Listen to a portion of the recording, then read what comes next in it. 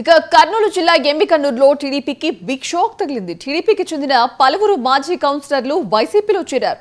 బుట్టా రేణుక నాయకత్వం నచ్చి వైసీపీలో చేరామని ఈ సందర్భంగా వారు చెప్పారు.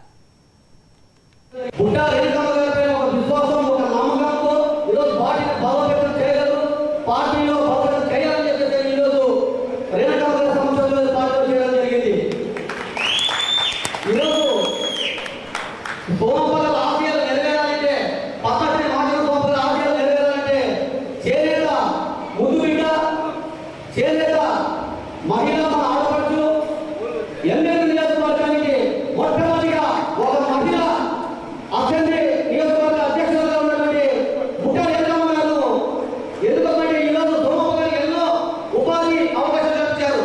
లేబర్ సొసైటీ అయితేనేమి, స్పిన్నింగ్ మిల్ అయితేనేమి, ఇటు పాలసీ అయితేనేమి, టౌన్ బ్యాంక్ అయితేనేమి, ప్రతిదీ కూడా ఉపాధి అవకాశాలు కల్పించినటువంటి పరిశ్రమలుగా స్థాపించారు. మరి వారి ఆశయాలు నెరవేరాలంటే ఖచ్చితంగా బుట్టా రేణుకమ్మ గారిని మనం ఇక్కడ నుంచే 2029 ఎలక్షన్లో అసెంబ్లీకి పంపించడానికి మన అందరం కూడా ఉన్నటువంటి ప్రతి ఒక్కరు వేదిక ముందున్నటువంటి కూడా ప్రతి ఒక్కరూ కూడా కలిసికట్టుగా సమైక్యంగా పనిచేసి అసెంబ్లీకి పంపించే విధంగా పనిచేయాలని చెప్పేసి ఈ సభలో